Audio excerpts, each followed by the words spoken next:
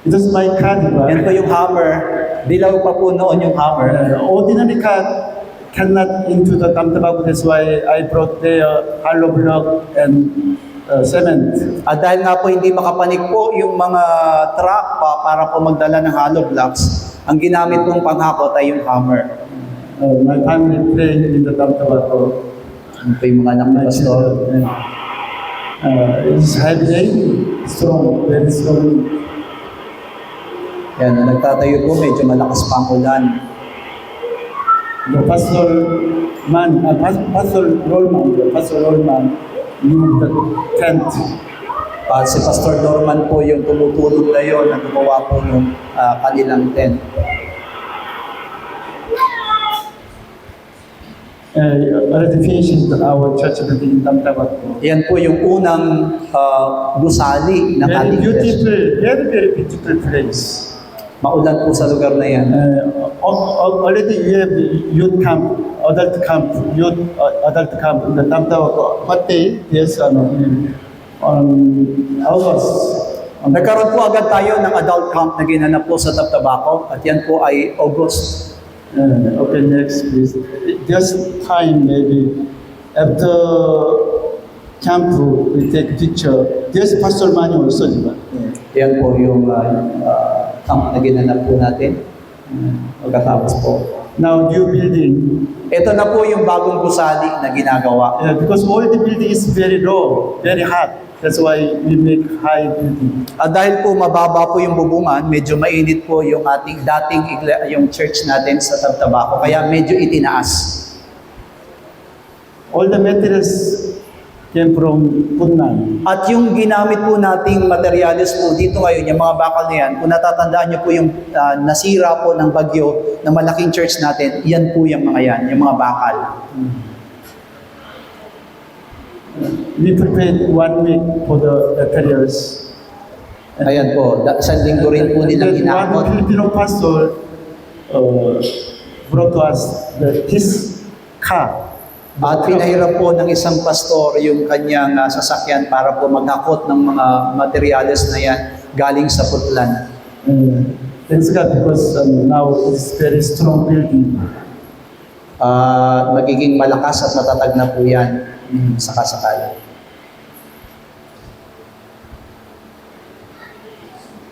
Yan po yung ginawa ni Pastor for 2 weeks sa Tamtabaco. We worked on the roof, diba? Old roof. That's why it was good. Ayan po. Yan. Kung mapapansin nyo po, medyo mapuno na. Di ba kanina yung una, wala pang puno. Pero ngayon, tignan nyo po, may mga puno na po dun sa tabi-tabi niya. Dati po, wala yan. Open space po yan dati. But now already there's electricity. That's why you can build by the steel. Kaya nga po yan, maganda na po ngayon sapagkat pwede na po nga.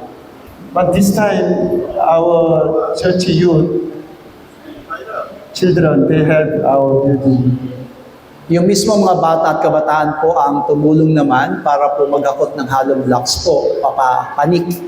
Because they are moving all the sand and hollow block from Sister Carmen house, Prophet Carmen house.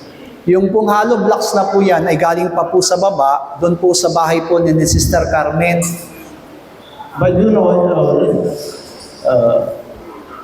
almost 100 meters going up to church from Sister Carmen house. Kung tayo po aakyat mula doon sa bahay ni Sister Carmen, papunta po dyan sa church, paakyat ay may mga 100 metro po ang. That's why even though with empty hand, when going up to church, it was very tired. Kaya medyo nakakapagod po na umakyat kung kayo po aakyat dyan sa church.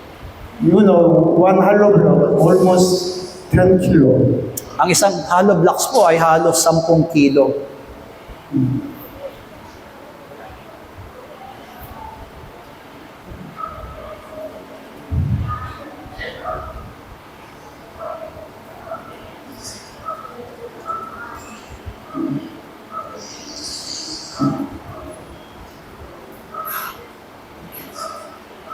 Some of our members Ilan po dyan sa mga yan na nag-aakot ay mga miyembro po ng ating iglesia.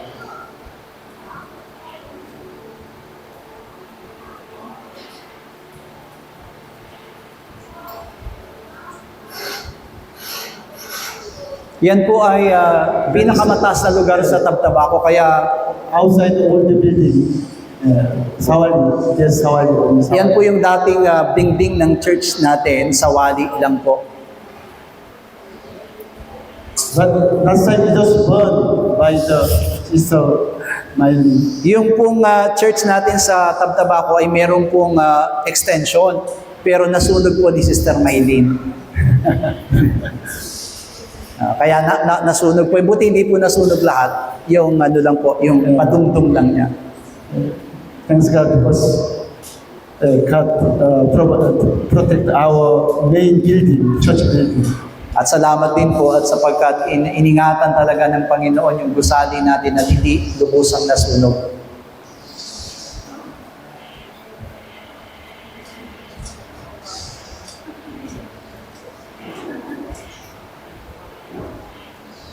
That is brother, the man, brother. Yes, brother, ano pangalan ko, brother? Kilala niyo yung kabataan na yun, si brother.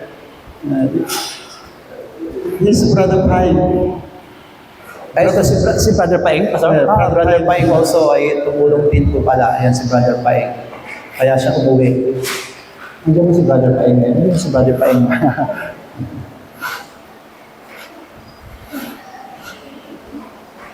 Pati maliliit na bata. You provide At hinabilin ko nga kay Pastor Arcel na itong linggong ito ay kailangan matapos po yung pagpa-finishing noong pader. And then next time, when I visit there, I'll paint it. At pagka ako naman ay nakabalik dyan, ito naman ay pipinturahan.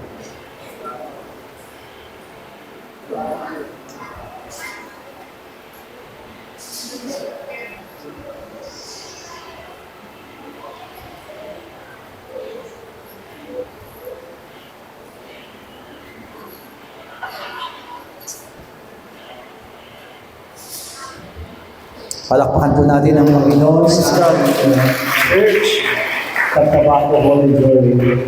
Okay, thanks God. Thank you for your prayer and supporting us. Salamat din po sa inyong panalangin at mga suporta na ibinibigay. This is our church ministry. Yan din po ay kasama po sa ministeryo natin sa ating iglesia. According to the last command of Jesus Christ, we have to preach the gospel. At mula doon sa utos mismo ng ating Panginoong Hesus ay kailangan nating mangaral ng mabuting balita. Until His come back of Jesus Christ, we have to preach the gospel. Hanggang sa muling pagparito ng ating Panginoong Hesus ay kailangan nating mangaral ng mabuting balita. We have to witness of Jesus Christ. At kailangan tayo maging saksi ng ating Panginoong Hesus. Only after we died on the cross with Jesus Christ, we can be witness of Jesus Christ. At magangyari lamang na tayo magiging saksi ng ating Panginoong Jesucristo kung mamamatay ang ating lumang pagkatao. Thanks God because already we have beautiful and good window. Sa kasalukuyan ay nagpapasalamat tayo sa Panginoon sapagkat maganda na po yung ating mga bintana rin. Thank you for your prayer and supporting the church. Salamat din sa inyong mga panalangin at mga suportang ibinigay para sa ating iglesia. Without your donation, devotion, we cannot change our church building. Sapagkat alam po natin na kung hindi po kayo sumuporta para po maibigay ang mga pangailangan ng iglesia, hindi po natin magagawa ang lahat ng iyan. Really, God is alive in our church. At naniniwala tayo ang Diyos ay buhay sa ating iglesia. Okay, this one is prayer for the preach the gospel of the cross. At tayo po ay manalangin na tayo po ay makapangaral ng mabuting balita ng krus. This one, let's pray to be witness of Jesus Christ until His coming. At manalangin po tayo sa oras na ito na tayo po ay maging isa sa mga saksi ng Panginoon hanggang sa muli niyang pagparito. Let's shout 3 times, "Oh my soul, overcome all chaos." Oh my soul, overcome. At tayo po ay manalangin. Oh my soul, overcome. Oh my soul, overcome. And oh my soul, overcome. Ang 하나님 mananang Diyos, 아버지 tunay nga po, 역사하여 주여 Panginoon, 도와주시옵소서. na katulad ng 말씀에 pinili sa 우리를 aming 임하기를 bilang 원합니다. iglesia, 우리가 bilang 주님의 katawan 증인되기를 ng 원합니다. Diyos, 주여 na niniwan mo 도와주시옵소서. dito 주님 sa 오실 mundo, 때까지 na kami 우리 사람 될수 magsaksi, 있도록 Panginoon, 하나님 ng 아버지의 iyong 주님의 balita 증인 hanggang 되도록 sa 우리 모두를 사용하여 주시옵소서. Hayaan mo, 아버지 우리의 Panginoon, ang aming mga 사랑을 puso'y 또한 주님이 우리 안에 살아계시는 magkaroon ng malasakit 있도록 ng 주님의 God, 자유를 na maging saksi 역사하여 ng 주여 God, 도와주시옵소서. mabuting balita, at ikaw ang dumaloy at gumawa sa buhay ng basa mo sa amin. Sa iyo lamang namin ninahabilin ng lahat, Panginoong God, sapagkat wala kaming magagawa kung kami hiwalay sa iyo. Kaya naman dalangin po namin, Ama, na sa pagpapatuloy ng aming iglesia, Panginoong God, sa paglilingkod po namin, Panginoon, gamitin mo kami lahat bilang saksi ng iyong mabuting balita, hindi lamang sa aming lugar, kundi sa mga lugar na kung saan idarako mo ang mga panyapak po namin. Papagtagumpayin mo kami, Panginoong Diyos, at makita namin, Panginoong Diyos, ang tunay na pagkilos ng iyong banal na Espiritu Santo sa aming mga buhay. Hayaan mo, Ama, ng katagumpayang ito'y angkinin namin hanggang sa muli mong pagparito, Panginoon, sa pangalan po ng aming Panginoong Jesus. Amen. Palakpakan po natin ang ating Diyos sa buhay. We are so thankful for the hands who extended their devotions and offerings and also help para po sa church natin para mapatapos po. And tunay nga po na hindi po inaasahan na mapapatapos po ng ganito ang church natin para po sa iglesia po natin. At it's really a surprise kasi hindi lamang po pintuan at mga bintana yung napagawa natin. Nagkaroon din po kayo ng bagong upuan. Matibay na po yung upuan ninyo. Palakpakan po natin ng Panginoon. Yung sukli po ninyo doon sa windows, kasi nakatawad po tayo dyan, instead of 10,000 pesos, ay naging 8,400 na lamang po ang isa. Kaya yung sukli po ninyo, yan na po, yung inuupuan niya po ay, ang target po natin is 100, pero nakabili lamang po kami ng 60 na piraso. At kung babasahin niyo po yung nasa likuran niyo po, tignan niyo po, ang nakalagay po dyan, bawal ang marupo. Sabi ko, tama lang to sa church. Amen. Bawal ang marupo. Purihin ang Panginoon sa umagang ito, sa kanyang kabutihan at katapatan. Lahat ng projects natin, natatarget, kumikilos ang Panginoon, tunay na gumagawa ang Panginoon. Hindi ko talaga in-expect na mapapatapos po ng ganito quickly, instantly, yung ating iglesia. Actually, plano pa lang po yan. Amen. But when I announced it to the church members, tungkol po sa plano natin para po sa ating mga windows and also for our sliding door, ay automatically, amen po ba, nag-chat po kagad yung mga kapatiran natin, Pastor, akin ng isa. Kaya po, nakumpleto po talaga. Iniisip ko nga po na every week, dala-dalawa o isa, dapat dala-dalawa, partner-partner. Pero God surprised us na within 1 week po talaga, naibagsak po talaga ng Panginoon, 11 windows, automatic po talaga. Napakabuti ng Panginoon. 11 po talaga. Almost 100,000. Amen. Bigla pong naibigay and including po yung mga inuupuan ninyo. Napakabuti ng Diyos. Hindi ko po inaasahan na pati yung upuan ay mapapalitan. Safe na po yan. Pag nasira po yan, huwag po kayo mag-alala, pwedeng palitan ni Uratex. Yan po yung hindi po natin siya pwedeng itapon. Pag nasira, dadalhin sa Uratex, papalitan. Kaya po, na po yan, habang buhay na po yan. Pag nasira, dadalhin doon, papalitan. Hallelujah. Amen? Bigyan po natin ng pinakamalakas sa palakpakan natin Diyos ng buhay. Matthew 25, verse 1 up to 13. Actually, akala ko nga po magagalit si Pastor Chong. Kasi sabi ko, Lord, nakialam na po ako sa church building.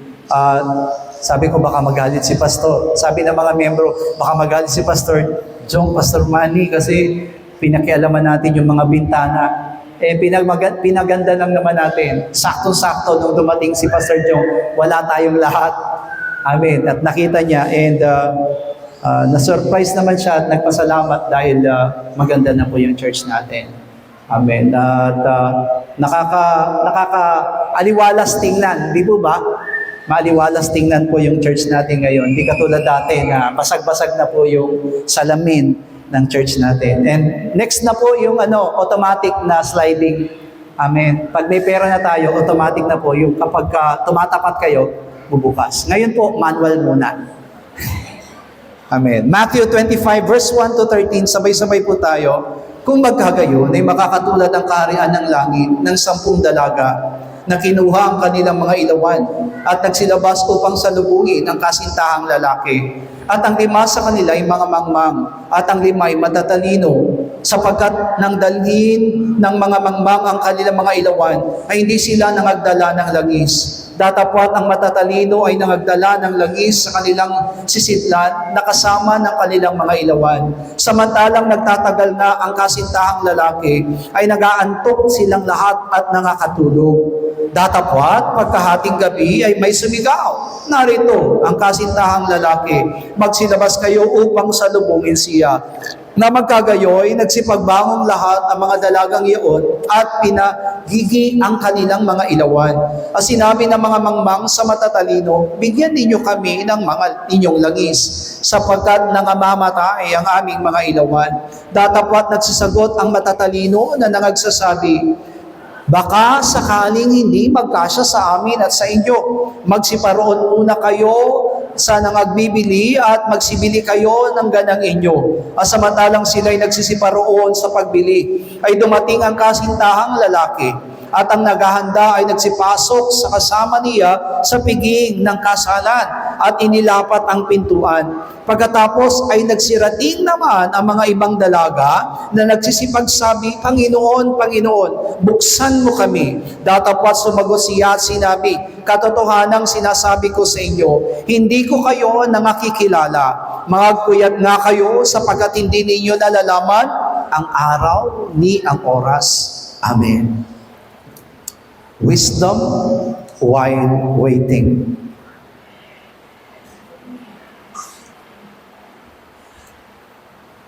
The parable of the 5 wise women ay tunay po na warning po sa atin bilang mga mananampalataya. All of us, tayo pong lahat na naririto ay naghihintay sa muling pagparito ng ating Panginoon Jesus. And that is really our hope. Iyan po ang inaasahan ng bawat isa po sa atin. Ang hinahangad po natin ay makasama tayo ng ating Panginoong Jesus sa kanyang muling pagparito. Pero katulad po ng binasa po natin, while we are waiting, the groom, our Lord, kailangan po natin na maging handa. We need to prepare everything. At naniniwala tayo na sa binasa natin, when the time comes, there is no second chance. Wala pong ibibigay sa ating ikalawang pagkakataon. Kapag dumating na po yung oras na iyon na hinihintay po natin ang kasintahang lalaki ng ating Panginoon ay darating, there is no really second chance. Kaya nga, masasabi po natin, this is really the true time. Ito na po yung talagang panahon upang ihanda natin yung ating mga buhay, yung ating mga sarili, sa paglilingkod, sa ating mga pananampalataya, sa mga bagay na hinahangad at nilalayo ng Panginoon sa buhay ng bawat sa atin. We need to prepare our faith now and soon. Hindi po natin kailangan na bitawan o hindi natin kailangan na yung pananampalataya o paglilingkod na meron tayo ngayon na ginagawa at ibinibigay sa Panginoon ay bibitawan na lang po natin at pababayaan. Masasabihin po natin, saka na lang natin gagawin. Kung ang pagbabasihan po natin ay ang panahon ng tao, maaaring sasabihin natin, meron pa talagang chance? Meron pa talagang pagkakataon? Pero kung paanong sinabi ng Panginoon kanina sa book of Acts, even in our text for today, in Matthew chapter 25, there is no one who knows the time kung kailan babalik ang ating Panginoon, kung kailan babalik yung ating groom. Amen. And when the time comes, kapag dumating na yung oras na yon, there is no such things that is alibis. Hindi na po tayo pwedeng magbigay ng ating mga katwiran. Hindi na tayo pwedeng magbigay ng ating mga rason sa ating Panginoon kung bakit hindi natin nagawa. Kung bakit hindi natin na ipagpatuloy yung mga bagay na dapat sanang ipagpapatuloy ng bawat sa puso natin. As a bride, bilang pakakasal sa ating Panginoon, there are 3 things that we need to work it out. Number 1 is prepare, number 2 is wait, and number 3 is watchful. Hindi lamang tayo dapat maging handa, kailangan din nating maghintay. Lahat ng paglilingkod, lahat ng pananampalataya na meron tayo ay may kahalo po yung paghihintay, paghahanda. Pero hindi lamang tayo naghahanda at naghihintay, pero kailangan rin nating magbantay. We need to be watchful. Bilang mga mananampalataya, kailangan maging sensitibo tayo sa mga bagay na nangyayari. Kung paano nga, lagi pong sinasabi ng Panginoon sa mga salita because they are looking after for the signs. No, naghihintay sila ng mga tanda. Ang sabi ng Panginoon sa kanila, you need to see everything around you. Tingnan niyo ang lahat ng mga bagay na nangyayari sa inyong kapaligiran. Amen po ba? Sa pamamagitan noon, ay may mga bagay na makikita tayong tanda. This is really the time. Kaya nga, we need to focus. Bilang mga mananampalataya, kailangan nating maging handa at lagi po nating sentro yung ating mga buhay, yung ating mga araw, doon sa panahon na kung saan imimit natin ang ating groom.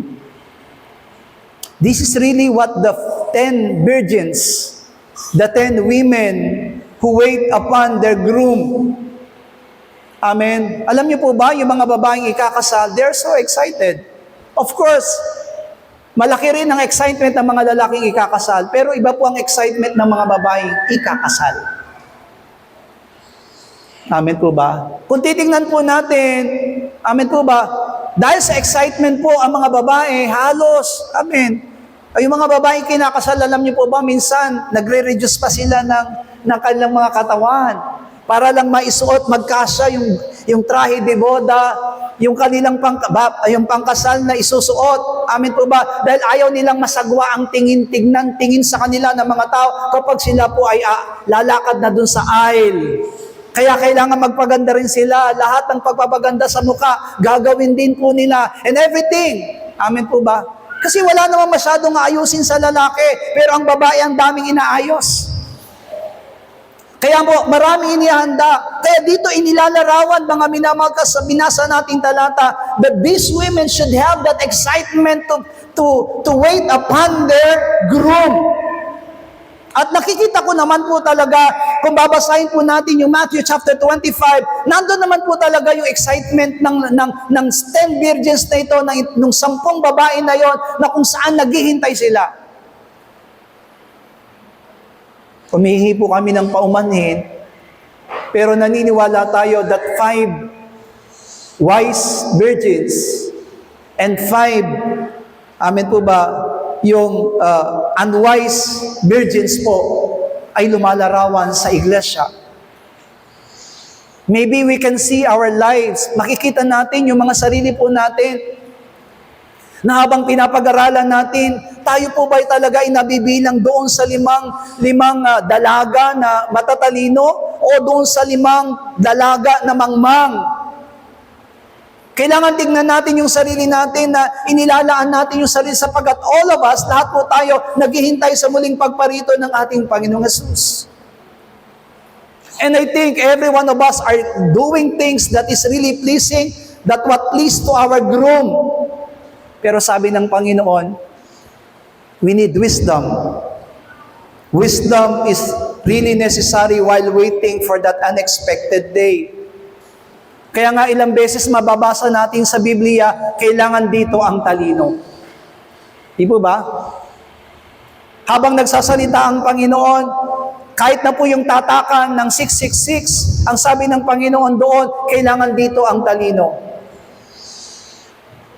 So ibig sabihin, kahit na po tayo bilang mga mananampalataya, we need wisdom. And what is really wisdom?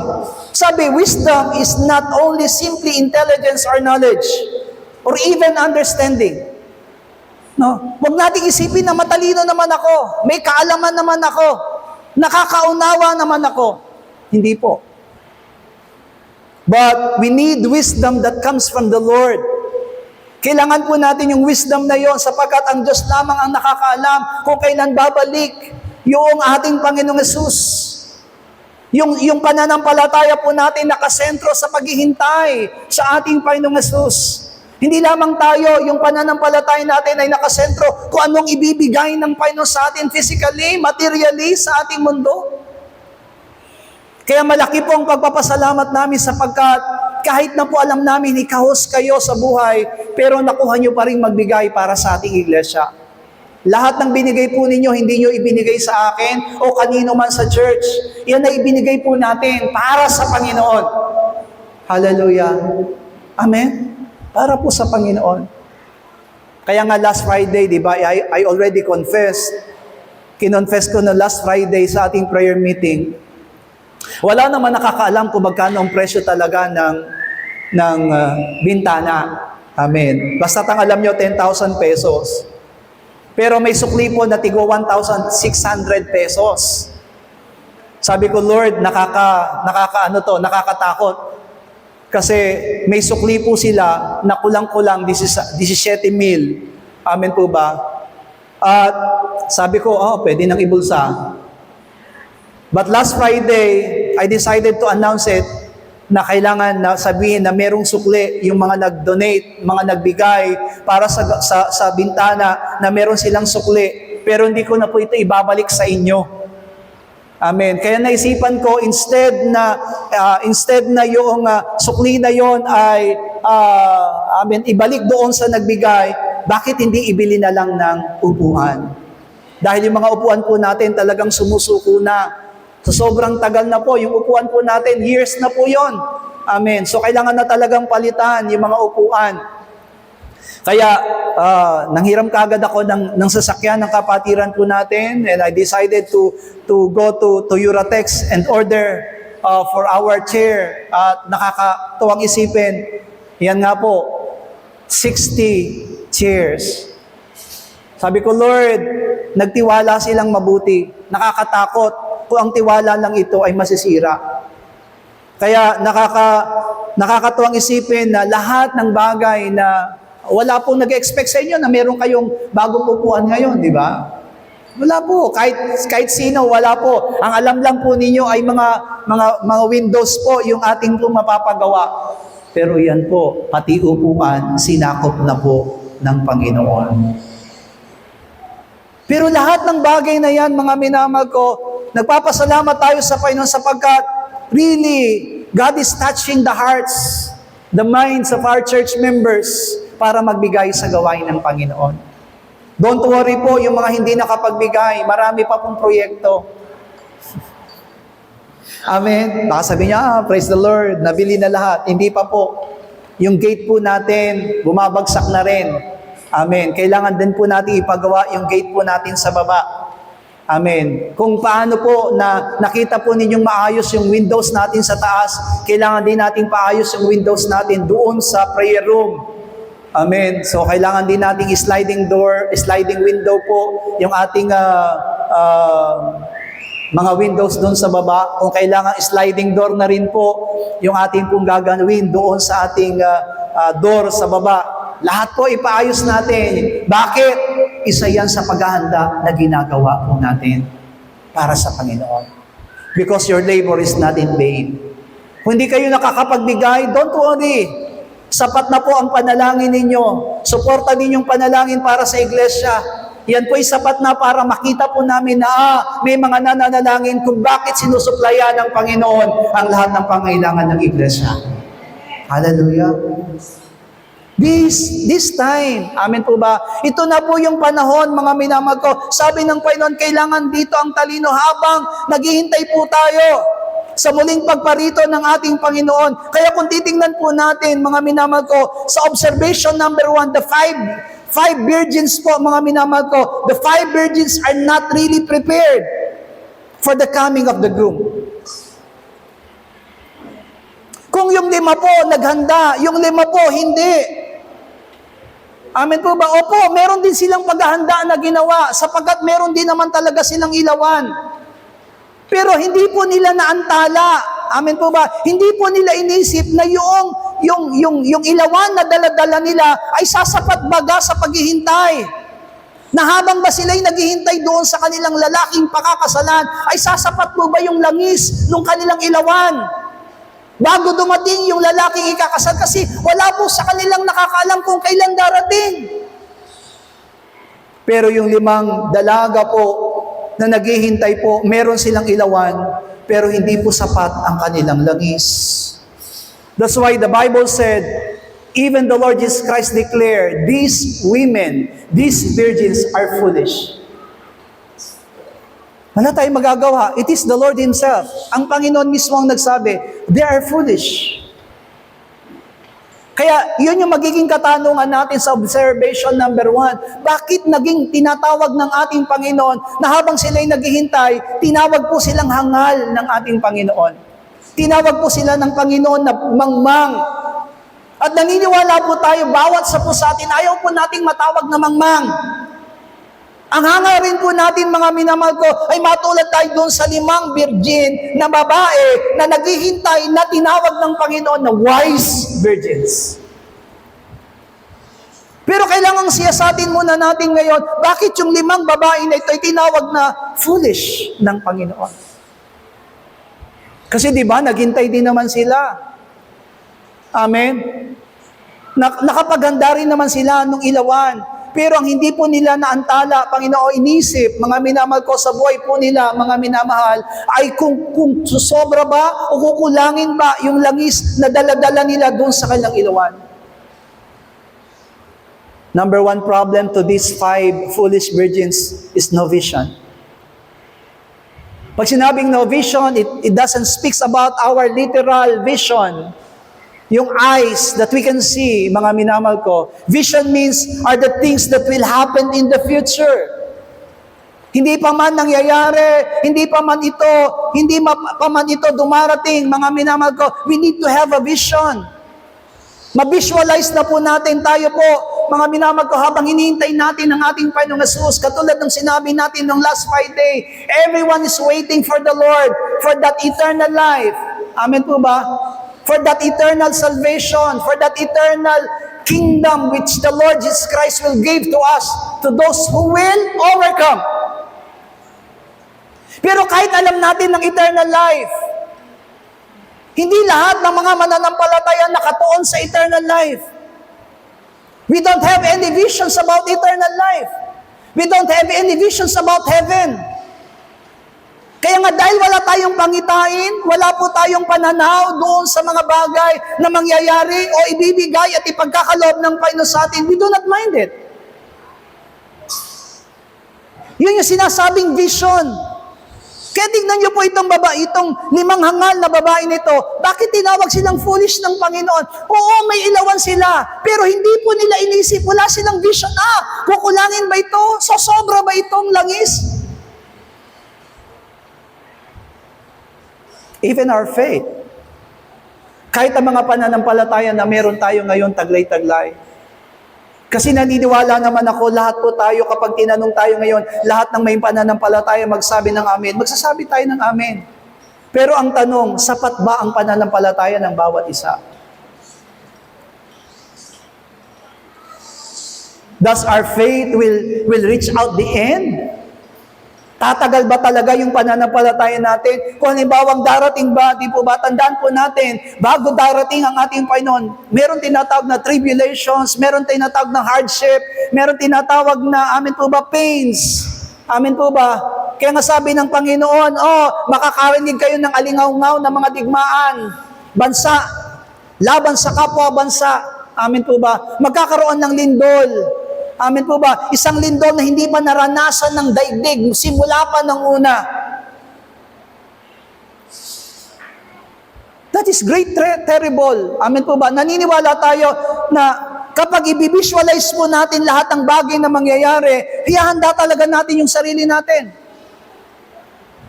Maaring hindi natin, kumbaga, tayong lahat hindi natin inaasahan. Amen? Wala tayong inaasahang mangyayari. At kung ano ang mangyayari. But through the vision na ibinigay sa atin ng Panginoon sa pamamagitan ng mga salita, mga minamahal ko, makita natin kung anong dapat natin paghandaan. Remember, kahit si Pedro gusto niyang ipaglaban ng Panginoon, Peter has the faith to fight for the Lord, fight for the Christ. Kaya nga nasabi ni Pedro sa ating Panginoon, sasama ako sa iyo hanggang kamatayan. Pero tignan niyo po si Pedro, hindi niya po naantala sa isip niya na ganong kabigat. Amen po ba? Kaya nung sinabi sa kanya ng Panginoon na, hindi mo ba alam, Pedro, bago tumilaok ang manok, itatatwang mo ako ng 3 beses. At that time, alam niyo po, si Pedro, hindi po niya inisip na ikakaila niya ang ating Panginoon. But since si Pedro po at that time, mahina pa po yung kanyang pananampalataya. Masasabi po natin, hindi pa namamatay yung kanyang lumang pagkatao at that time. That's why he's still living according to what he desires, what he wants, what he thinks. Amen po ba? Di ba, abrupt siya magsalita. Hindi niya antala yung mga bagay na mangyayari. Amen po ba? Kaya nga, kung titingnan po natin, malakas talaga ang loob ni Pedro. Bakit? Walang ibang maalagad ng Panginoon na sumunod sa kanya nang hulihin ng ating Panginoon. But Peter is so brave. Di ba ganyan tayo mga mananampalataya? Hindi lahat ng mga mananampalataya nagagawa lahat ng bagay na paglilingkod, lahat ng bagay na ipinapagawa na pa. Hindi lahat. Pero meron din sa atin dito, malakas ang loob. Pero kapag dumating na ang pagsubok, bumabagsak. That is Peter. Wala sa layunin ni Pedro na itatwa ang ating Panginoon o ikaila ang ating Panginoon. Pero naipit na siya. Amen po ba? Nung sinita siya ng babae, di ba? Galilea ka rin? Kasama ka rin nila. Sa pananalita mo pa lang, pareho ka na nila. Anong sabi ni Pedro? Hindi ko siya nakikilala. Lumipat si Pedro, di ba? Siguro, inisip ni Pedro, kaya ko na to. Lipat na lang ako. Change venue. Amen. Diskarte ng tao yan. Amen. Gumagawa tayo ng paraan para matakasan. Amen. Ano ginawa ni Pedro? He changed venue. Lumipat siya ng lugar. Pero doon sa nilipatan niya, nakilala rin siya. Sabi niya, hindi ko siya nakikilala. And sa pangatlong beses, hindi niya inaasahan na magtatatlo pa yung kanyang pagtatwa sa Panginoon. At sinabi niya, sumpa man, hindi ko nakikilala ang lalaking iyan. Do you think it is only Peter?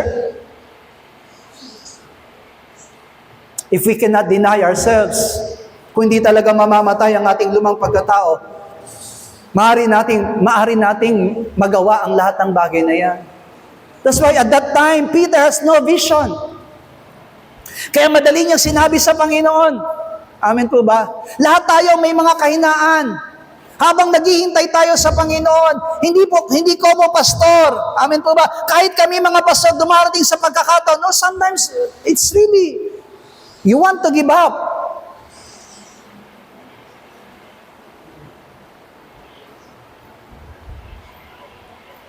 Yesterday, I almost cry when me and Pastor Jong are talking to each other. Hindi na lang ako nagpapalata kay Pastor Jong habang nagkukwentuhan kami kahapon dahil ang pinagkukwentuhan namin is about our family, about our children, hanggang sa dumating nga si Pastor Jong na nagkwento siya sa akin na napanaginipan niya, na naginip siya, na napaginipan niya si G1. At habang pinapanaginipan niya si G1, dahil anak niya si G1, di ba? Doon sa panaginip, hindi siya kinilalang tatay ni G1. At halos maluhana si Pastor Jong at that time. Gusto ko na rin umiyak at that time. Gusto ko nang maiyak. Kasi naintindihan ko yung panaginip ni Pastor. Na parang sinasabi ni G1, anak mo nga ako pero hindi mo ako kayang suportahan. Because we are just a pastor, di ba? Kumbaga, bilang pastor, wala ka namang source. Wala kang pagkukunan. Gusto mong ibigay na maganda sa pamilya mo, pero wala kang pagkukunan. Di katulad kapag may trabaho ka, kung halimbawa gusto mo magtrabaho sa sanlibutan, sige, diskarte, gawa ka ng paraan. Pero pag pastor ka, you are depending on the Lord. Hindi ko sinasabi kayong mga nagtatrabaho, masama ang ginagawa ninyo, pero iba pa rin ang buhay talaga ng pastor. We're just really relying on the Lord. Amen. Kasi alam niyo po, kung maglilingkod ka sa Panginoon without vision, amen po ba?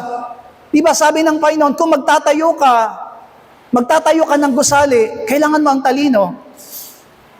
Isipin mo muna mabuti kung mapapatayo mo ba, mapapatapos mo ba yung gusali? O hindi. Dahil kung hindi mo mapapatapos yan, sabi it is the Lord Jesus Christ Himself. Tatawanan ka na maraming tao. Kasi ang taong ito ay nagtayo, pero hindi niya napatapos. That's why you need to have the vision. Amen. Tayo rin ang mga mananampalataya now, kung maganda yung kalalagayan po natin sa buhay, it's really good. You have to thank the Lord. But you have to have a vision. Paano kapag dumating ang pagkakataon, mawalan ka?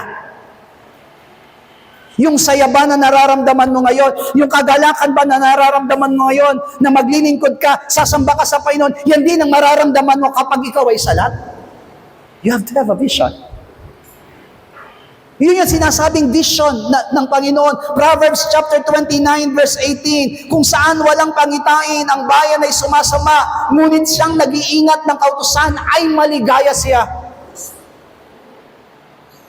Na pag-iingatan ng isang tao ang kanyang sarili kapag meron kang pangitain. Amen. Huwag mong tingnan yung nangyayari pa lang ngayon. You have to look after for the future. Isipin mo na kaagad kung anong mangyayari. Sinabi na sa atin, ang nakakatuwang isipin mga minamahal ko, hindi na po inilihim ng Panginoon kung anong mangyayari pagdating ng araw. He already revealed to us through His Word. But because of our old self, there is no vision. Walang pangitain. Kaya nga, kontento na tayo kung anong nangyayari ngayon. Amen. Masaya na tayo. Ito ang nangyayari ngayon sa atin. Masaya na tayo. But no, it's not enough. Marami pang mangyayari bago dumating ang ating Panginoon. Luke chapter 14, verse 28 to 32, sapagkat alin sa inyo na kung ibig magtayo ng isang muog, ay hindi mo na upo at tatayahin ang halagang magugugol kung mayroong may pagtatapos. Baka kung mailagay na niya ang patibayan at hindi matapos, ang lahat ng mga makakita ay magsisimulang siya'y libakin. Nasasabihin, nagpasimula ang taong ito na magtayo at hindi na tayong tapos o na kayang tapusin o aling hari na kung sasalubong sa pakikipagdigma sa ibang hari ay hindi muna uupo at sasangguni kung makakaharap siya sa mga sanlibong na may 1,000 sa mga dumarating laban sa kanya na may 20,000. O kung hindi, samantalang malayo pa ang isa, ay magsusugo siya ng isang sugo at ihilingi ng mga kailangan sa pagkakasundo. You have to have the vision.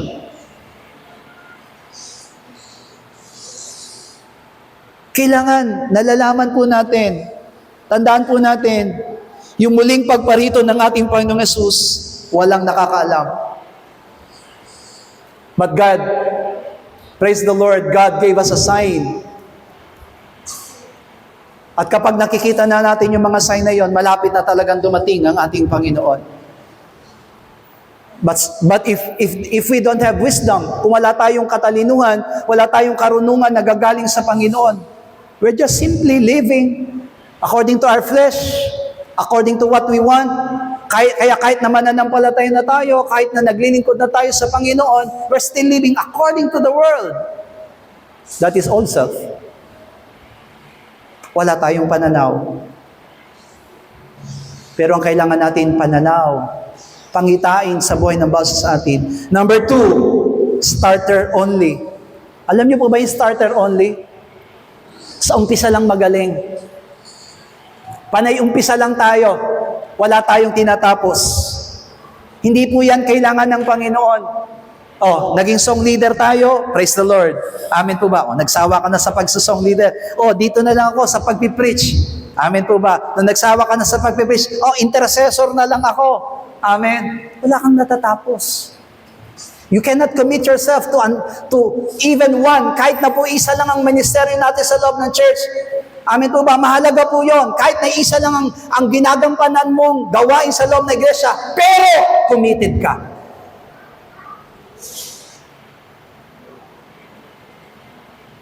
But our problem is, we do not commit. Sige, pastor, okay lang. Amen. Sabihan mo lang ako, pastor. But no, you have to commit. Hallelujah. You have to commit. Alam niyo po ba nung pinapagawa yan, yung mga bintana, marami po talagang nangako sa akin, pastor, akin po ang isa. So totoo lang po, nahihiya po ako sa kanila na, sige, kung sa iyo ang isa, bigay mo na sa akin. Amen. Actually, I'm waiting. Naghihintay po talaga ako. Bakit? Kasi kung committed ka talaga doon, you will commit. Amen? Kasi yun ang hinahanap ng Panginoon sa atin. Pero marami sa atin, di ba? Katulad ng sinabi sa Galatia, Kabanatang 6, Talatang 9, huwag tayong magpagod sa paggawa ng mabuti, sapagkat sa kapanahunan ay magsisipag-ani tayo kung hindi tayo maghihimagod. Pero marami sa atin, siguro masasabi natin yung foolish virgins, yung 5 foolish virgins. Amen po ba? Yung langis, amen, yung langis na kulang doon sa kanilang ilawan. Maaring may tuturing natin ito na hindi langis na literal, kundi nagkaroon sila ng paghihimagod, napagod na sila na maglingkod, napagod na silang gawin ang bagay na ito para sa Panginoon.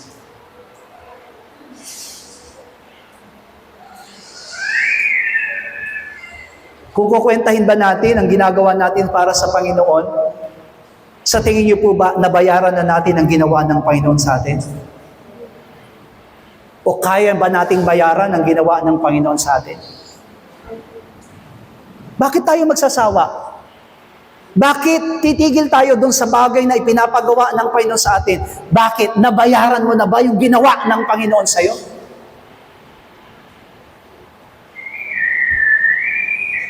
Actually, even though we will give our lives, kahit ibigay natin yung buhay natin sa Panginoon, kulang pa.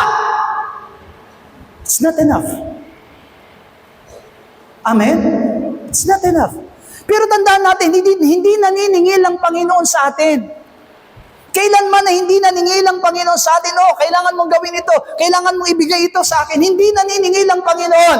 But, because of our thankful heart, dahil nagpapasalamat tayo sa ginawa ng Panginoon. Di ba? Kaya natuwa yung Panginoon na may bumalik sa Kanya na yung 10 ketongin na pinagaling ng Panginoon. Di ba?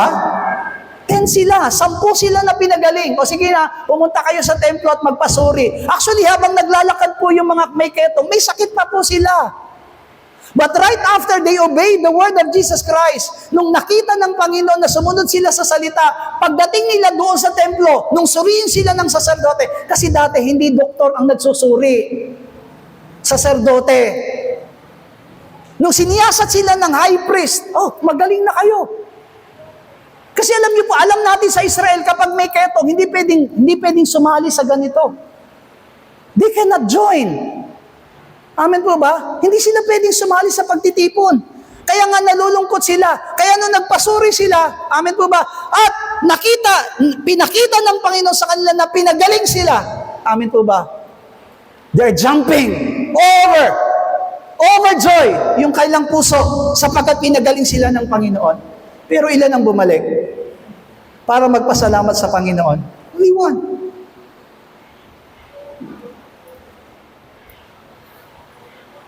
Natatandaan po ba din natin sa Biblia, one man were being demonized, na meron siyang demonyo at pinalaya rin ng ating Panginoon.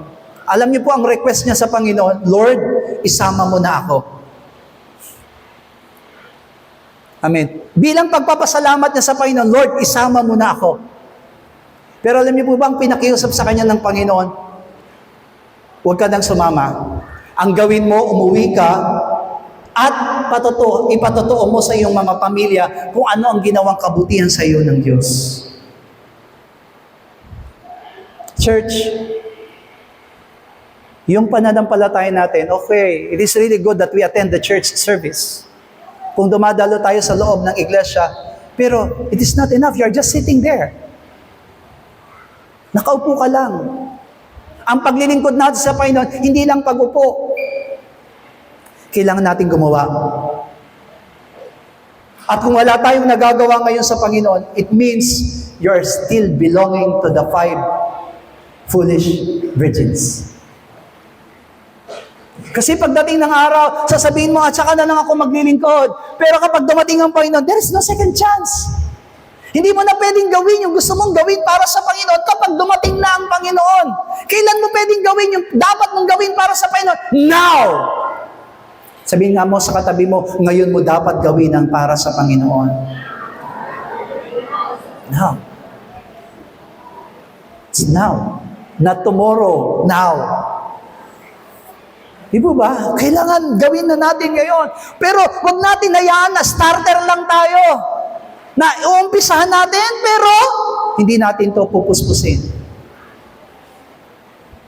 Hallelujah. Naging struggle ko po yan sa buhay ko when I started the ministry 1997. May mga years mula 1997 hanggang sa kasalukuyan, 2025. Niisip ko rin, sabi ko, may mga taon na parang ayoko na. Maraming taon na umiiyak ako sa ministry, nasasaktan, sinasaktan. Halos ayoko na po. Parang sinasabi ko, ayoko na maglingkod. Parang ayoko na maging pastor. Amen. Kung kayo nangangarap din ako. Amen.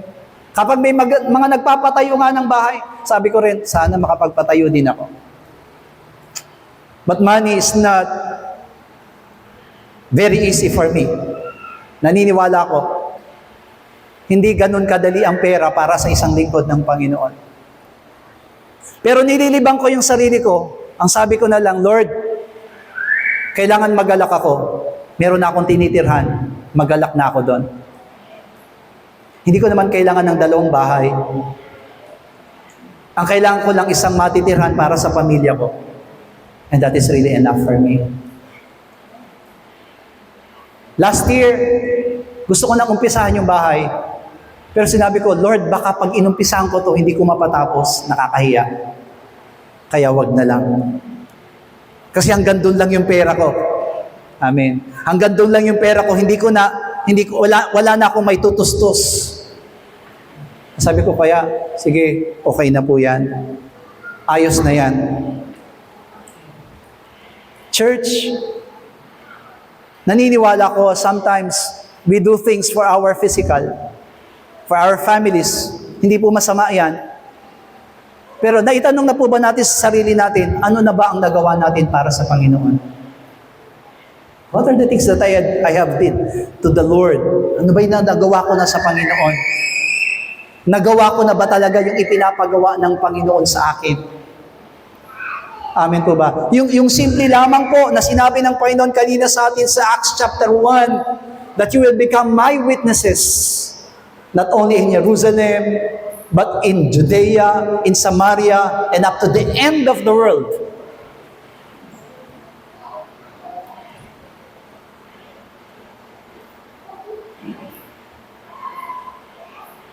That is really what God wants from us.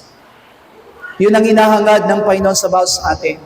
Kung may naumpisahan na tayo para sa Panginoon, tuloy-tuloy mo yan. Huwag mo hayaang titigil. Sabi mo sa katabi mo, huwag kang titigil sa paglilingkod mo sa Panginoon. Huwag. Huwag mong pagsawaan kung ano man yung, ito, ginagawa mo na for years. Huwag mong pagsawaan yan. Kasi yan ay ginagawa mo para sa Panginoon. Hallelujah! Hallelujah!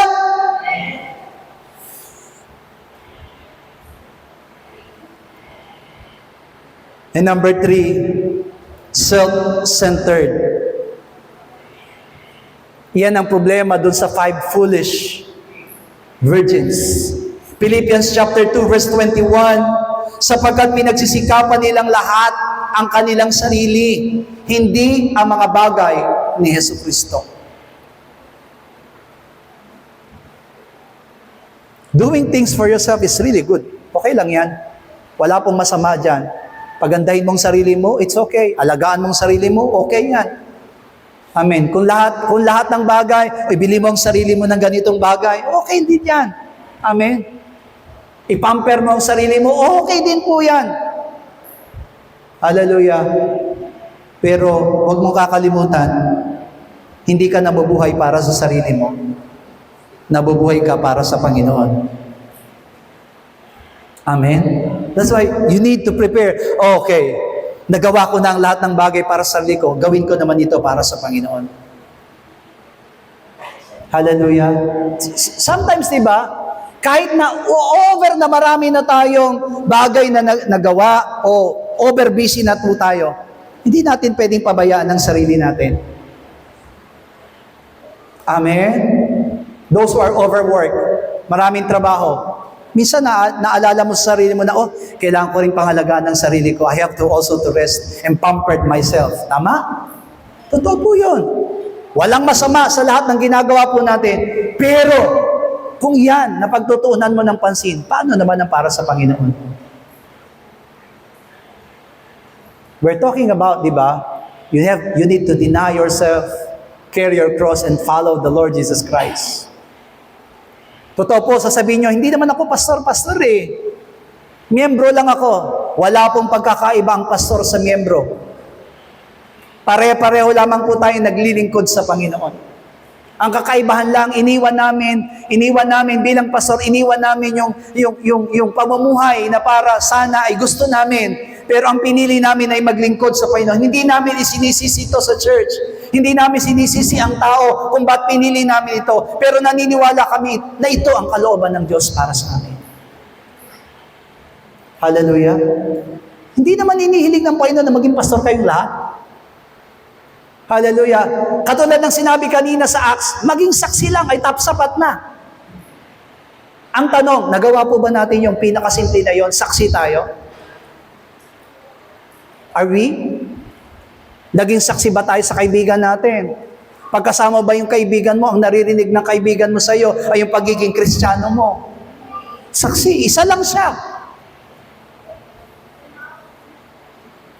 Hallelujah. But if you will compromise yourself, kasama mo yung kaibigan mo, kasama mo yung katrabaho mo, pero ang ginagawa mo yung ginagawa rin nila, paano ka magiging saksi? How do you fight?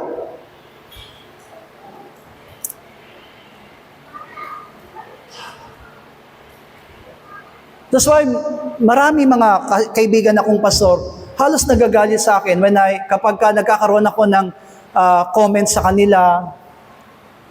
Kasi kinoment ko yung mga kaibigan ko na bakit kailangan nyo magsuot ng tunika, yung sinasabit sa leeg, para daw ma-distinguish na sila ay pastor. Hindi na kailangan. Hindi lang naman sa damit nakikita yung pagiging pastor natin. O gumagaya na lang tayo sa iba. Sobra ka naman.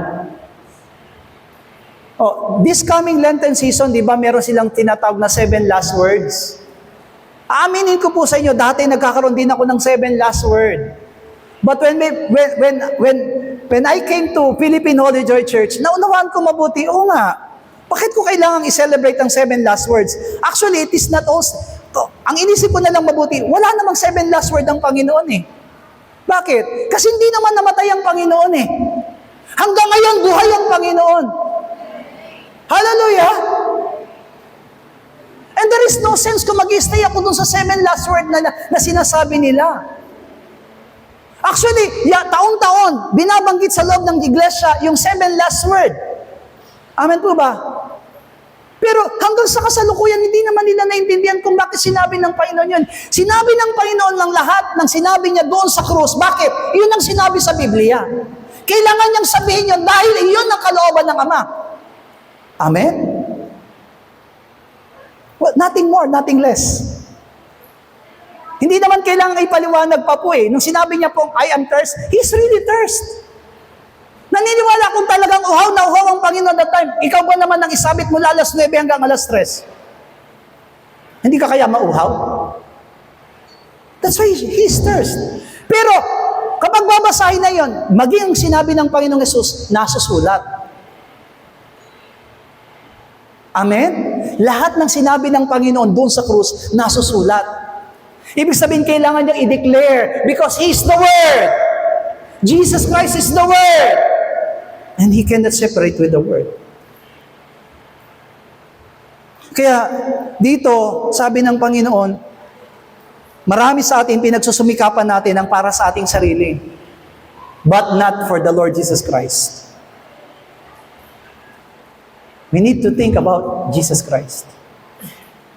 Amen? We need to think about Jesus Christ. Yesterday when Pastor Jong shared to me about that one, how can I help? No? Ipinarinig sa akin yung ganong klase ng sitwasyon. Paano ako makakatulong?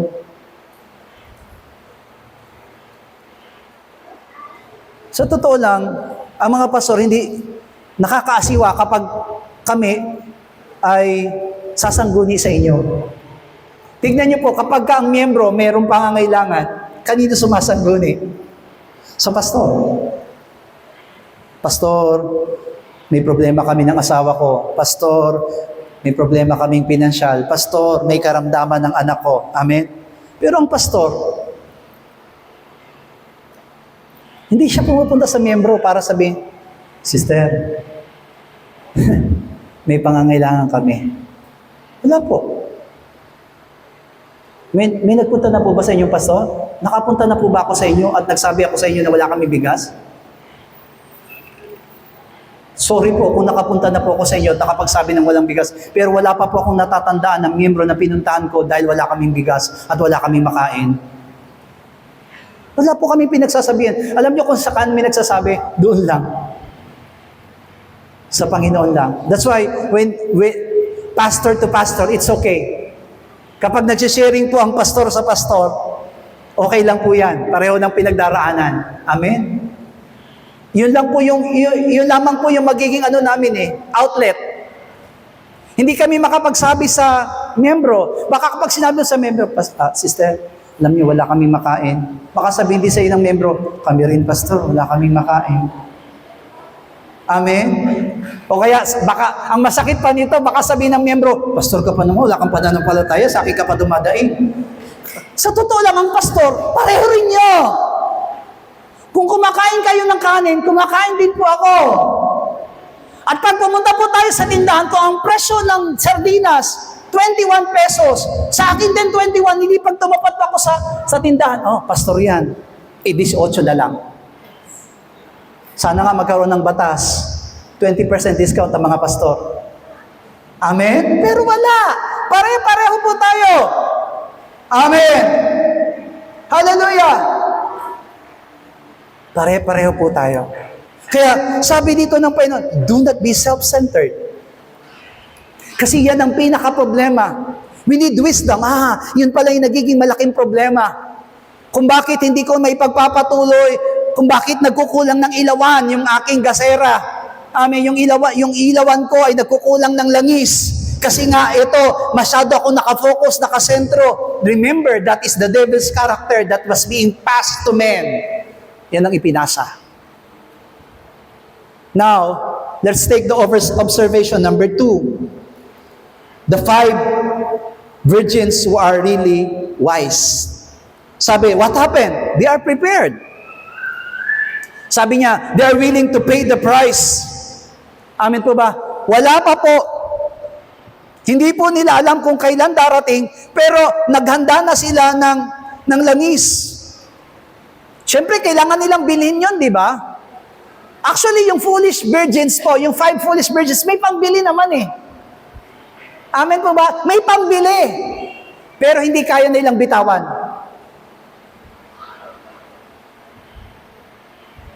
Parang ano yun eh, magbibigay naman ako pastor eh. Pero wait ka lang. Hallelujah, wait ka lang. Meron silang pambili pero ayaw nilang bili. Kasi as much possible, gusto nilang tipirin yung pera nila. Pero ito pong five wise virgins, ibinigay na nila. Kasi kapag ibinigay na nila, nung dumating, mga minamahal ko, meron. Amen po ba? Meron silang sobra. Pero dahil ito'y para sa groom, dahil ito'y para sa Panginoon, hindi ko panghihinayangan. Amen? Sabi nga natin sa katabi natin, huwag mong panghinayangan ang ibinibigay mo para sa Panginoon. Sabi dito, they know that they will get what they have invested. Tandaan natin, para lamang tayo nag-i-invest kapag ibinibigay natin yan para sa Panginoon. There's wise.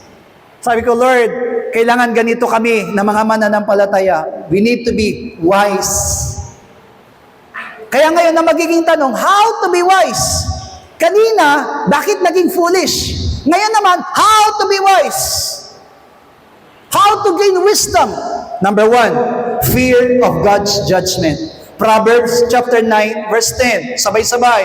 Ang pagkatakot sa Panginoon ay pasimula ng karunungan at ang pagkakilala sa banal na kaunawaan. Kailangan alam natin kung anong mangyayari pagdating ng araw. Kaya kanina, di ba, sabi doon, because of lack of vision, walang vision, ang isang tao, ang isang mananampalataya, that's why it is automatically, madaling mag-stop, madaling mag-give up. But, if you have the fear in the Lord, kung meron tayong takot sa Panginoon, kung ang pagkatakot sa Panginoon ay nasa atin, that is really wisdom. Hindi tayo natatakot sa tao. Amen po ba? Natatakot tayo doon sa Panginoon. Dahil ang lahat na may takot sa Panginoon, yan ang may taong may karunungan. Matthew 24 verse 3 hanggang 14. Samantalang ako'y nakaupo sa bundok ng mga olibo, ay nagsilapit sa kanya ng bukod ang mga alagad at nagsipagsabi, sabihin mo naman sa amin, kailan mangyayari ang mga bagay nito? At ano ang magiging tanda ng inyong pagparito at ng katapusan ng sanlibutan? Sumagot si Jesus at sinabi sa kanila, mag-ingat kayo na huwag kayong mga ligaw ni numan, sapagat marami ang magsisiparito sa aking pangalan na mga agsasabi, ako ang Kristo, at ininigaw ang marami, at makakarinig kayo ng mga digmaan, at mga alingaw ng mga digmaan. Ingatan ninyo na huwag kayong maglumihanan, sapagkat kinakailangan ito'y mangyari, datapat hindi pa ang wakas, sapagkat magsisitindig ang bansa laban sa bansa, at ang kaharian laban sa kaharian, at magkakagutom at lilindol sa iba't ibang dako. Datapwat ang lahat ng mga bagay na ito ay siyang pasimula ng kahirapan. Kung magkagayoy, ibibigay kayo sa kapighatian at kayo'y papatayin at kayo'y kapapuotahan ng lahat ng mga bansa dahil sa aking pangalan. At kung magkagayoy, maraming mga titisod at mga pagkakaululuhan ang isa't isa at mga kakapuotan ang isa't isa at magsisibangon ang maraming bulaang propeta at kanilang ililigaw ang marami. At dahil sa pagsagana ng kadapalasanan, ang pag-ibig ng marami ay lalamig. Datapwat ang magtitiis hanggang sa wakas ay siyang maliligtas. At ipangangaral ng Ebanghelyo ito ng kaharian sa buong sanlibutan sa pagpapatotoo ng lahat ng mga bansa at kung magkagayoy, darating ang wakas. What really happened? Tayo ba yung gagawa? Already God declared from His Word.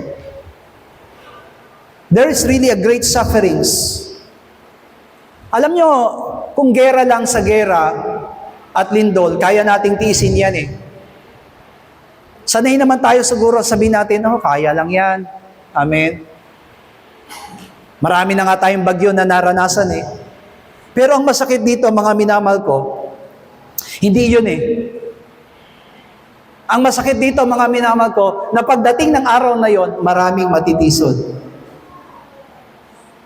At dahil sa pagkatisod, maraming magkakanulo ng kapatiran para ipahamak.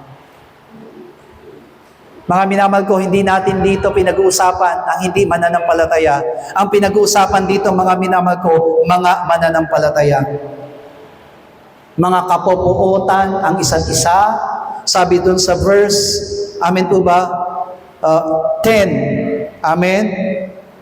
Magsisibangon ang maraming bulaang propeta at kanilang ililigaw. Ito yung nakakatakot. But, this great judgment, if you fear about this one, you will prepare yourself.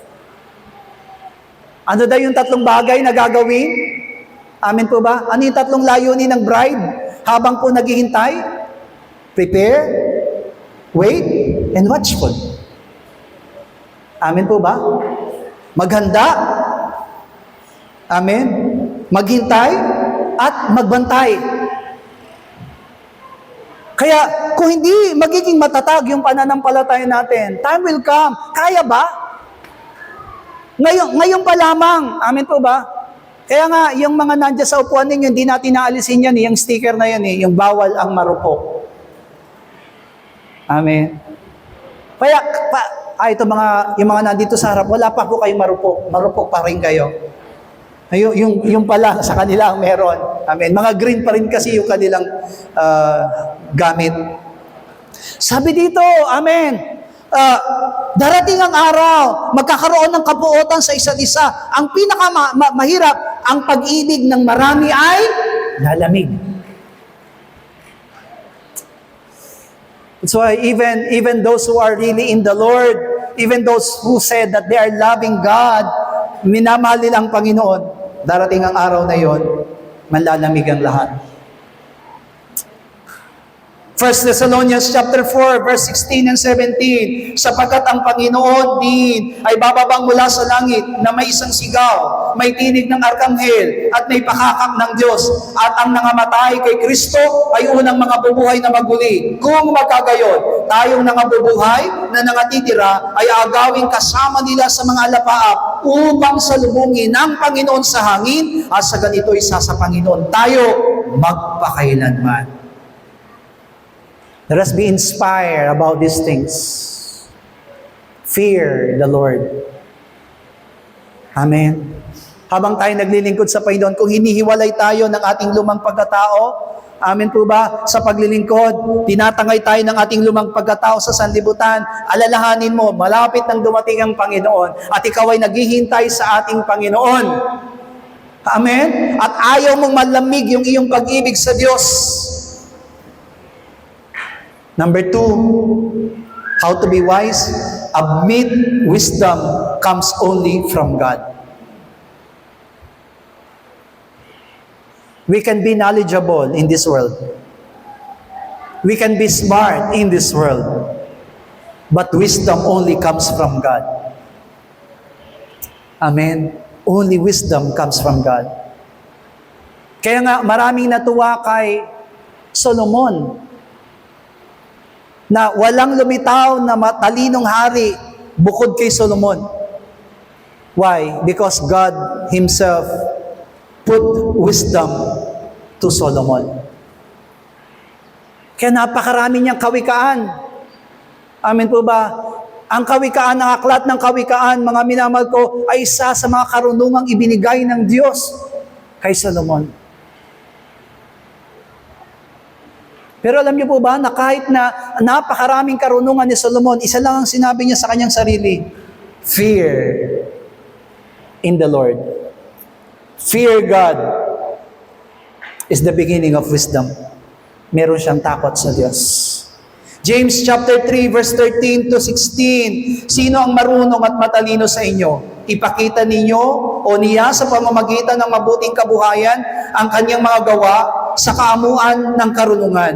Ngunit kung kayo ay mayroong mapapait na panibugo at pagkakampi-kampi sa inyong puso, ay huwag ninyong ipagmapuri at huwag magsinungaling laban sa katotohanan. Hindi ito ang karunungang bumaba mula sa itaas, kundi ang nauukol sa lupa, sa laman, sa dyablo, sapagkat kung saan mayroong paninibugo at pagkakampi-kampi, ay doon mayroong kaguluhan at lahat ng gawang masama. Lahat daw ng karunungan na meron tayo, iyan ay para sa lupa, sa laman, at sa dyablo. But wisdom only comes from God. Kaya aminin natin, let us admit, Panginoon, hindi sasapat ang aking kaalaman. Amen? Time will come. Kaya nga, siguro hindi na natin alam kung ano mangyayari. Di ba, naituro sa atin sa church na there's chip. Di ba, inilalagay ngayon sa chip sa mga tao. Para yung chip po na yon, kakaunti pa lang sa sanlibutan, sa mundo natin, ang tao na may chip. Amen. At yung chip po na yon ay nalalaman po lahat ng detalye ng taong iyon. Pero maraming tumanggi. Maraming ayaw. Pero alam niyo po ba, last Wednesday, nagkaroon ng announcement na lahat ng mga hayop, pusa at aso ay nilalagyan na ngayon ng microchip. Pero ang nakapagtaka naman po sa microchip na ibinibigay sa aso, hindi pangalan ng aso. Kundi ang ilalagay sa microchip ay pangalan ng may-ari, saan nakatira yung may-ari, at telephone number ng may-ari. Sabi ko, napakatalino ng dyablo. Hallelujah. Dahil ayaw magpalagay ng chip ang tao, inilalagay niya ngayon sa hayop. Kasi para daw makita yung hayop, kapag nawala yung hayop ninyo, may pagtatanong, sino may-ari nito, anong number niya, anong address niya, tao. And time will come, di ba, nabanggit ko na po sa inyo, our Facebook account.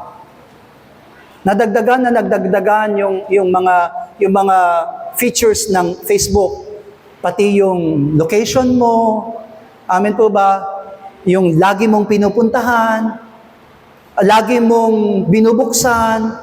Kaya nga di ba kapag ka nag-check ka ng, halimbawa, nagustuhan mo yung cabinet, isang cabinet lang yung cabinet na, lahat ng nagtitinda ng cabinet. Lumalabas na sa sa Facebook mo. Kapag nagtingin ka ng sasakyan, lahat na lang ng sasakyan. Sabi ko, ba't alam na alam ni Facebook? And time will come, the devil will use Facebook account.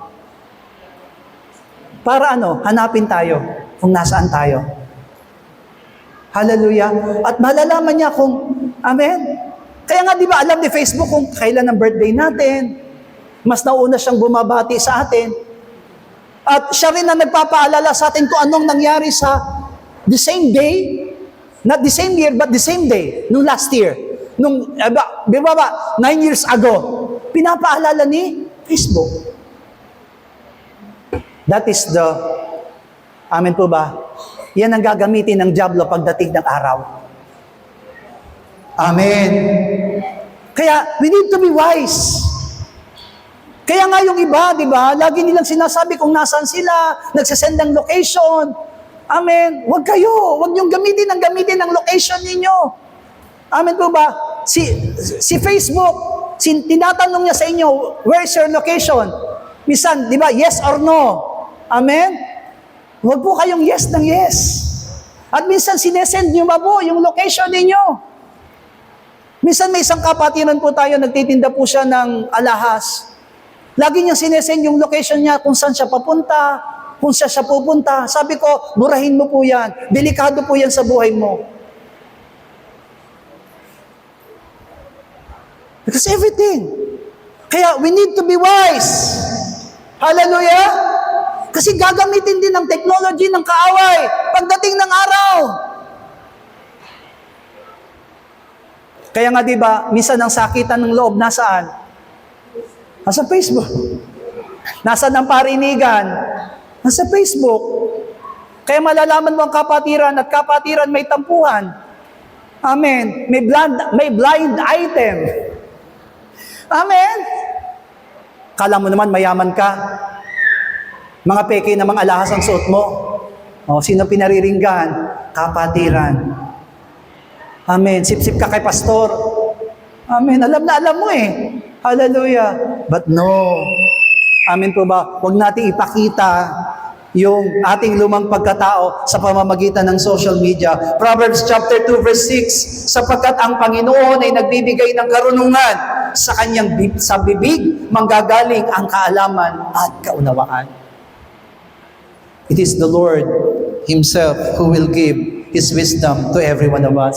James chapter 1 verse 5, ngunit kung nagkukulang ng karunungan ng sino man sa inyo, ay humingi sa Diyos na nagbibigay ng sagana sa lahat at hindi nanunumbat, at ito'y ibibigay sa Kanya. Proverbs chapter 1 verse 5, upang marinig ng pantas at lumago sa ikatututo, at upang tamuhin ang taong may unawa ang magagaling na payo. We need wisdom. Hallelujah. Yan ang kinakailanganan. Ang pinakamahalaga, admit, wisdom only comes from the Lord. Maraming matatalino pero hindi na unawa ng salita ng Diyos. Amen? Maraming siyensya ang naunawa ng lahat ng bagay na nangyayari. Ba't umiikot? Paano umiikot ang mundo? Paano nangyayari sa mga halaman? Alam lahat. Pero pabasa mo sa kanyang Biblia, hindi niya maintindihan. Pero salamat. Bakit? Sapagkat kahit mangmang, pag niloob ng Panginoon na maunawaan ang kanyang salita, maunawaan niyang salita ng Diyos. Even though, kahit na hindi ka nag-aral, kapag hiniling mo sa Panginoon, Lord, ipaunawa mo sa akin ang iyong salita, maunawaan natin. Proverbs number 3, sabi doon, live in obedience. Mamuhay tayo na may pagsunod. Yan ang pinakamahalaga sa lahat, mga minamahal ko. 1 Samuel chapter 15 verse 22, at sinabi ni Samuel, nagtatagay kaya ang Panginoon ng pagkakadakilang pagkatuwa sa mga handog na susunugin at sa mga hain, na gaya ng pagsunod ng tinig ng Panginoon. Narito, ang pagsunod ay maigi kaysa sa hain, ang pagdinig kaysa sa taba ng mga tupang lalaki. Remember, pwede tayong magbigay, but what the Lord desires is our obedience. Kung nagbigay tayo, God is also pleased. Napiplease naman talaga ang Panginoon kapag nagbibigay tayo. But what God needs and what God desires for us is our obedience. Sumunod. Patuloy tayong sumunod. Huwag tayong magsawang sumunod. It is better to obey than to sacrifice. It is better to listen to God than to offer the fat of the sheep. Hosea chapter 6 verse 6, sapagkat ako ay nagnanasa ng kaawaan at hindi hain, ng pagkakilala sa Diyos, higit kaysa sa mga handog na susunugin. Our offerings is really good, but God needs obedience. Kaya, saan tayo nabibilang ngayon? Sa pinag-aralan nating obserbasyon, do you belong to the wise or do you belong to the foolish virgins? Amen po ba? We need to think. Kailangan nating alamin ngayon ng sarili natin. Pero halos karamihan po ng namumuhay doon sa foolish virgins are those people who have not yet died for themselves. Hindi pa namatay sa lumang pagkatao. That's why they live for themselves, self-centered. Amen po ba? Nasa una lang na magaling. Amen po ba? Pero hindi tinatapos ang lahat. Amen. Kaya hinahangad po natin, magkaroon tayo ng karunungan galing sa Diyos. Sabi sa 2 Timothy chapter 3, amen po ba, verse 1 hanggang verse 11, kung babasahin po natin yan, mga minamahal ko, maraming mangyayari. Amen po ba? Bago dumating ang ating Panginoon. Pero kailangan nating patatagin yung ating pananampalataya na darating ang pag-uusig, pero kailangan nating magbata. Lagi nating unawain, darating ang Panginoon sa oras at araw na hindi natin inaasahan. Kaya nung sabi ng Panginoon sa Proverbs chapter 3 verse 21 up to 25, last verse po natin, sabay-sabay po tayo, anak ko, huwag silang mga hiwalay sa iyong mga mata. Ingatan mo ang magaling ang karunungan at ang kabaitan. Sa gayoy magiging buhay sila sa iyong kaluluwa at biyaya sa iyong leeg. Kung magkagayoy, lalakad ka sa iyong lakad na tiwasay at ang iyong paa ay hindi matitisod. Pagka ikaw ay nahihiga, hindi ka matatakot. Oo, ikaw ay mahihiga at ang iyong tulog ay magiging mahimbing. Huwag kang matakot sa biglaang pagkatakot, ni sa pagkabawal man ng masama pagka dumarating. Jesus, our God, warns every one of us, huwag tayong matakot. If we have wisdom, kung meron tayong karunungan na nanggagaling sa Diyos, wala tayong takot. Wala tayong pangamba. That's why, wisdom while waiting. Ang kailangan natin, karunungan. Kung may mga bagay tayong nagiging struggle, you need wisdom from the Lord. Amen po ba? Ang kailangan natin ay ang karunungan galing sa Diyos. Amen? Hallelujah. And that God continue to give you that wisdom. Oh my soul, overcome, at tayo po'y mananangin at hilingin natin ng karunungan ng Diyos ay mapasa atin upang tayo mapabilang sa 5 wise virgins. Oh my soul, overcome! Oh my soul, overcome! And oh my soul, overcome! Ama namin Diyos, tunay nga po na kami po ay tunay na nagpapakumbaba sa iyong harapan. Panginoong Diyos, ibilang mo kami doon sa 5 matatalinong dalaga, Panginoong Diyos, na naglalayon, Panginoong God, na tuparin at gawin ang layunin mo at kalooban para sa aming mga buhay. Huwag mo kaming pababayaan, Panginoong Diyos. Hayaan mong manaig ang kalooban mo, manaig ang naisin mo, Panginoong Diyos, para sa buhay ng bawat isa. Sa iyo lamang namin ipinagkakatiwala ang lahat. Ikaw lamang po ang inaasahan namin. Ikaw lamang po ang gagawa ng daan, Panginoong Diyos, para sa amin. Bigyan mo kami ng karunungang iyon bago dumating ang kapigatian, bago dumating ang great trials, bago dumating, Panginoong Diyos, ang mga kahirapan, Panginoong God, sa iyong muling pagparito, Panginoong God. Naging handa kami, Panginoong Diyos, naway magkaroon kami ng tunay na takot sa iyo, Panginoong God. Huwag manaig ang aming mga lumang pagkatao at hayaan mong patayin ito, Panginoong Diyos, kasama mo doon sa krus at ikaw ang patuloy na mamayani at maghari at mabuhay sa buhay ng bawat sa amin. Ikaw ang tumulong, Panginoong Diyos. Gabayan mo ang bawat sa amin. Sa iyo namin itinitiwala ang lahat at ikaw lamang nilalayo namin, Panginoong Diyos, at gagabayan mo kami at hindi mo kami pababayaan. Maghari ka at patuloy na manguna sa aming mga buhay. Sa iyo lamang namin, Panginoong Diyos, hinahabilin ang lahat ng ito, Panginoon. Ama naming Diyos, thank you so much for this wonderful day. Thank you for letting us, Lord, to know and how to wait upon you, Father God, hanggang sa muli mong pagparito. Panginoong Diyos, give us that wisdom to know everything, Panginoon, to understand everything, O Lord, upang maging handa rin kami hanggang sa muli mong pagparito, aming Panginoon Jesus. Hayaan mo, Ama, na sumentro ang puso't isipan namin sa lahat ng iyong layunin at sa lahat ng iyong dakilang kalooban. Salamat po, Panginoon, sa pagkatunay na kami minamahal mo at pinapaalalahanan mo. Maging kabilang kami, O Diyos, na sa muli mong pagparito, patuloy kami maging matatalinong dalaga, Panginoong Diyos, na naghihintay sa aming pakakasalan. Panginoong Jesus, i-prepare mo kami. And while we are waiting, O God, help us to be watchful. Salamat po, Panginoong God. Ito po ang aming dalangin sa pangalan ni Jesus. Amen. Bigyan po natin ang pinakamalakas na palakpakan nating Diyos sa buhay. Bigay po natin yung ating pledges and special offering to the Lord.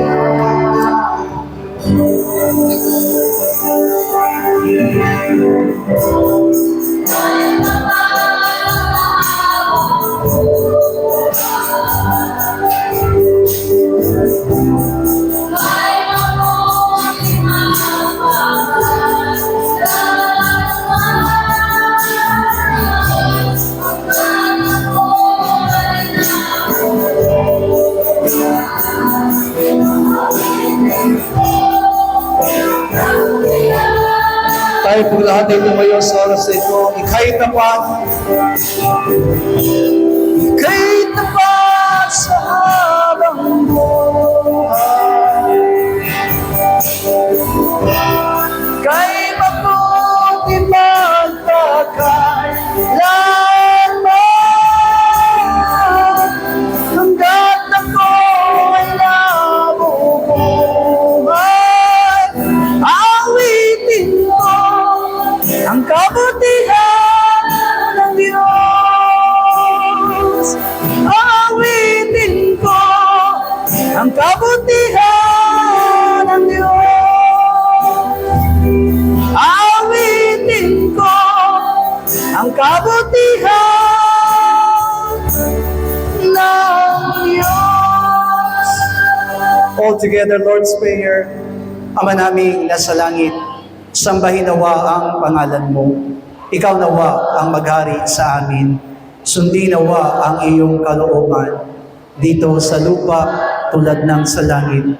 Bigyan mo po kami ng pagkain kailangan namin sa araw na ito at patawarin mo po kami sa aming mga kasalanan tulad ng aming pagpapatawad sa mga nagkakasala sa amin. At huwag mo kaming iharap sa maigpit na pagsubok, kundi ilayo mo po kami sa masama, sapagkat iyo ang kaharian at ang kapangyarihan at ang kapurihan magpakailanman.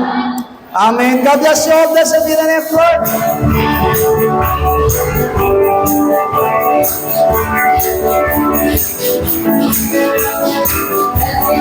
Lord.